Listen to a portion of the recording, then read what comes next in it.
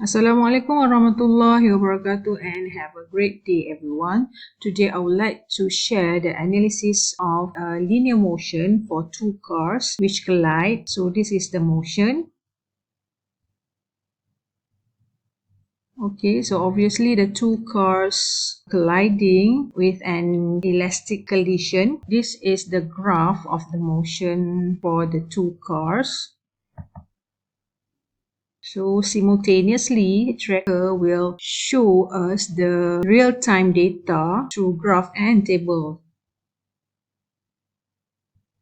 So these are the time frame that we chose from t equal to 0.004 second until 0.48. So we will analyze the total momentum conserved, total kinetic energy conserved, and also the impulsive force. Right, first of all, we would like to study the total momentum of the system. So this is the graph of blue car. We already compared the blue car and the red car in one graph. P represent momentum, and for the table, we can choose momentum first.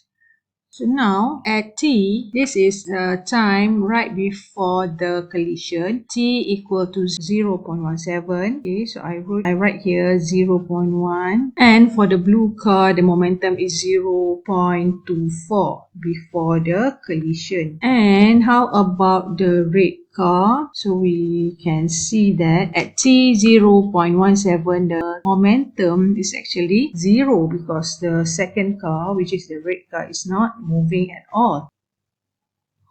Right after the collision, which is t equal to 0.24, alright, for the red car, the momentum is 0.126, and for the blue car, it is 0.119. So for the blue car, it is 0.119. So I write here 0.12. Okay, so what is the total momentum? So we can get the total momentum here, 0.24. This is 0.25. So percentage error equal to 0.25 minus 0.24.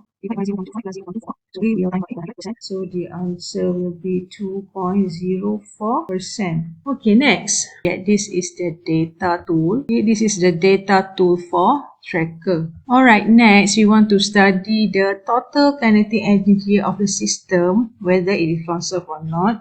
So by theory, it should be conserved. Now, for kinetic energy, we can change the graph and also the table. Okay, we choose K for kinetic energy. Okay, this is the kinetic energy for blue car. Before the collision, the kinetic energy, okay, at t equal to 0.175, whereas kinetic energy when the car, which is the red car, is static, not moving, so the kinetic energy will be 0. And next, after the collision, at t equal to 0.24, so the blue car, okay, registered 0.04. So the kinetic energy drop. For the red car, the kinetic energy equal to 0.05. So the kinetic energy increase. So the total kinetic energy before collision will be 0.15.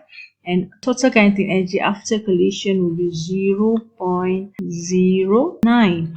Now for the result in table 2. So, table 2 shows the value of kinetic energy before and after the collision that we obtained from Tracker. Value of total kinetic energy before collision at t equal to 0.17 is 0.15 kilogram meter square per second square. Whereas, the kinetic energy after collision is 0.09 kilogram meter square per second square. According to theory, kinetic energy for elastic collision is conserved, which means value of kinetic energy before and after collision are the same, but the value of kinetic energy after the collision is lower than before collision due to loss of energy, whether it dissipated or becoming heat energy or sound energy. Now, lastly, we want to determine the impulsive force for the red car and the blue car when they hit each other. Impulsive force, okay, is equal to momentum after collision minus momentum before collision divided by delta t. So what is delta t? So we need to change the graph P momentum so that we can obtain the momentum of the red car and the blue car. The momentum of red car is 0.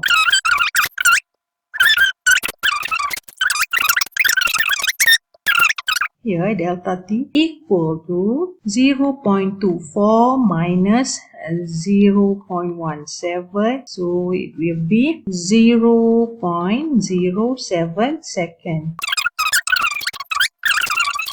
1.8 Newton.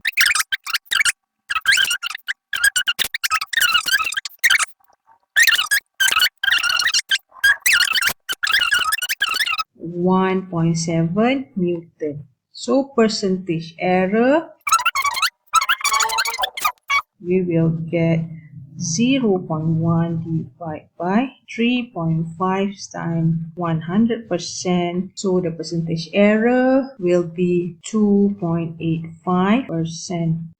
As a conclusion, Tracker enables students to experience the principle of conservation of momentum through experiment compared to learning by theory. And we have proved by the analysis that the total momentum is conserved for the elastic collision, and we also had proof that the total kinetic energy of the system is conserved, and we learned that the kinetic energy before collision is higher compared to the kinetic energy after the collision by relating the theory of energy loss. And lastly, students are able to find the impulsive force when they are able to determine the time interval in between the collision, which is the time of impact. Tracker are the only application which can show the time interval in real time so that the students can find the impulsive force of the real-time collision and relate to theory, which is impulsive force equal to the rate of change of momentum. Okay, so that's all for now. So I'll see you for another analysis of momentum, which is the inelastic collision. See you. Assalamualaikum and have a nice day.